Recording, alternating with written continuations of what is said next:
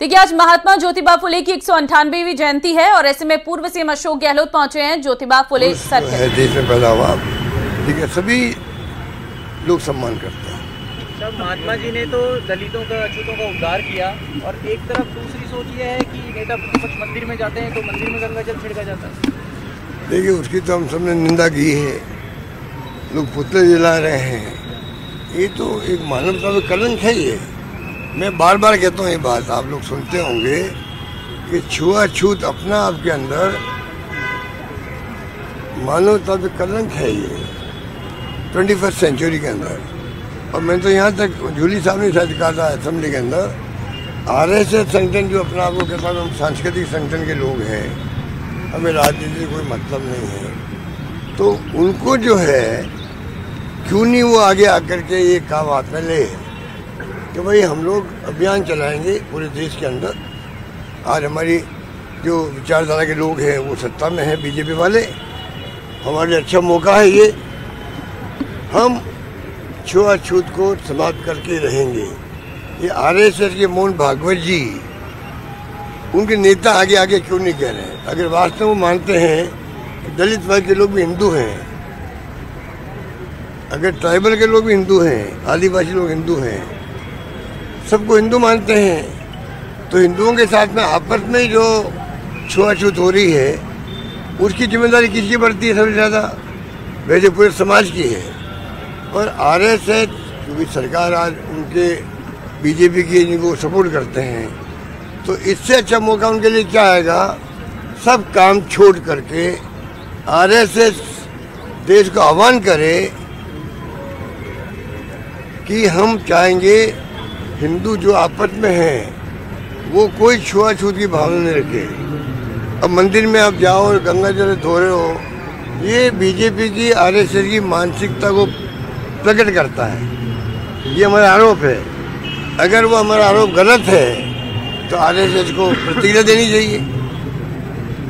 अगर हमारा आरोप गलत है तो RSS को आगे आना चाहिए, रिएक्शन देना चाहिए, बीजेपी को रिएक्शन देना चाहिए कि अशोक गहलोत बोल रहा है, गलत बोल रहा है। हम छुआछूत के खिलाफ हैं और छुआछूत को हम किसी कीमत में बर्दाश्त नहीं करेंगे। कोई कौम, कोई धर्म के लोग करते हों छुआछूत, वो मानवता में कलंक है। कई वो आगे आकर के तो मान जाएंगे कि उनकी मानसिकता नहीं है, वरना ये सबके दिमाग में है कि RSS और बीजेपी के लोगों की मानसिकता के अंदर है छुआछूत की भावना, भेदभाव की भावना, इसलिए मंदिरों में ये इस प्रकार की हरकतें होती है। ये मेरा मानना है।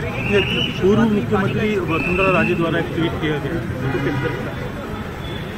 देखिए, वसुंधरा जी जो है 2 बार मुख्यमंत्री रही है और उन्होंने पूरी स्टडी की है। जहाँ तक मैं समझता हूँ ERCP या KSU है, क्या KSU है, क्या बना उन्होंने नया नाम दिया है, अब राम सेतु कर दिया, PKC ERCP नया नाम दिया गया है। ये सब बकवास है, बकवास है। वो खुद ही कह रहे हैं 9 साल तक तो कुछ नहीं होने वाला है, खुद ही कह रहे हैं, तो जनता को बेवकूफ़ क्यों बना रहे हैं ये?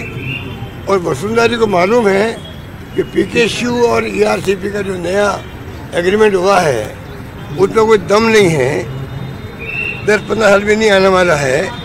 खाली उन्होंने जो मेरी शिकायत वसुंधरा जी ये है कि जो 2 बार मुख्यमंत्री रही है वो खाली झालावाड़ की बात कर रही हूँ कि झालावाड़ में पानी नहीं आएगा, ये गलत है। उनको पूरे PKC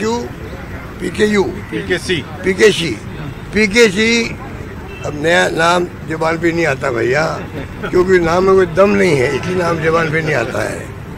तो PKU, ठीक है, PKC जो है, PKC ERCP में कोई दम नहीं है। वसुंधरा जी को चाहिए, अगर हमें ईमानदारी है, राजनीतिक ईमानदारी वसुंधरा जी में है, तो उनको प्रेस कॉन्फ्रेंस बुला करके पूरे PKC और ERCP जो नया एग्रीमेंट हुआ है उसके बारे में पूरी प्रेस को बताना चाहिए कि वास्तव में इसमें दम है, या जो वसुंधरा जी जब मुख्यमंत्री थी तब ERCP बनी थी, हमारी गवर्नमेंट आई, हमने कोई छेड़छाड़ नहीं करी, वसुंधरा जी के प्रस्ताव को हमने आगे बढ़ाया। अगर उन्हें राजनीतिक ईमानदारी है तो वसुंधरा जी को चाहिए खाली झालवाड़ की बात नहीं करे, पूरी बात करे, पूरी योजना की बात करे, तब हम समझेंगे कि राजनीति तो वो बात कर रहे हैं। तहव्वुर राणा को भारत लाया गया है अमेरिका से आकर। एक सर वो तो यार पूरा देश खुश है। पूरे देश में अगर जो ये इतना बड़ा क्राइम किया जिस आदमी ने, कितने लोग हत्याएं हो गई थी, कोई भूल सकता है क्या? कोई भूल सकता है क्या? इसी ढंग से मैं चाहूँगा जो भगोड़े जितने ही है देश के अंदर, चाहे वो आर्थिक भगोड़े हों चाहे और कोई भगोड़े हों, ये ऐसे आतंकवादी हों, इन सबको भारत सरकार को टारगेट बनाना चाहिए। अगर टारगेट बनेगा तो ये राणा आया उसी ढंग से सब आ जाएंगे। पर पता नहीं क्या मिली भगत है, क्या है। आज इतने साल हो गए देखते हुए हमें भी, मेरे ख्याल 14 साल तो प्रधानमंत्री बने हुए हो गए मोदी जी को भी। आज वो क्यों नहीं आ पा रहे हैं? अगर इनकी इच्छा शक्ति होगी वो भी कभी कभी आएंगे, मेरा मानना। उनको इसके लिए प्रयास करना चाहिए। सर एक छोटा सा, गुजरात अधिवेशन के बाद गुजरात अधिवेशन का क्या असर देखने को मिला, क्या संकल्प लिया?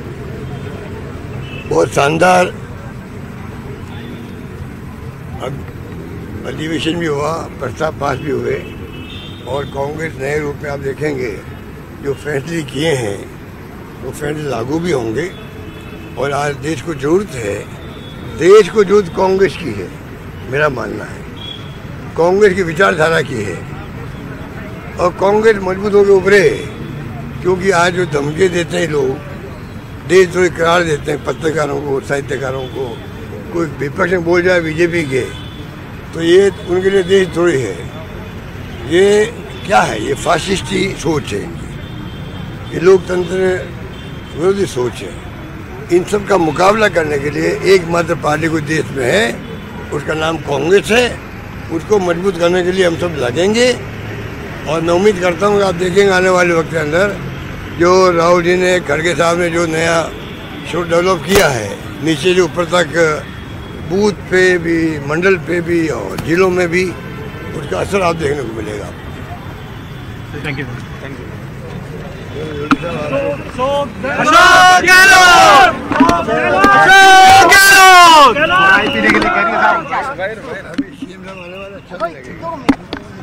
पूर्व सीएम अशोक गहलोत को आप सुन रहे थे, जिन्होंने तमाम बातों का जिक्र किया है, चाहे वो जात पात की बात हो, चाहे एआरसीपी का मुद्दा हो, वसुंधरा जी के द्वारा जो बयान दिया गया था उस पर उनकी प्रतिक्रिया सामने आना हो, और साथ ही कहा है कि कांग्रेस को मजबूत करने के लिए हम जुटेंगे।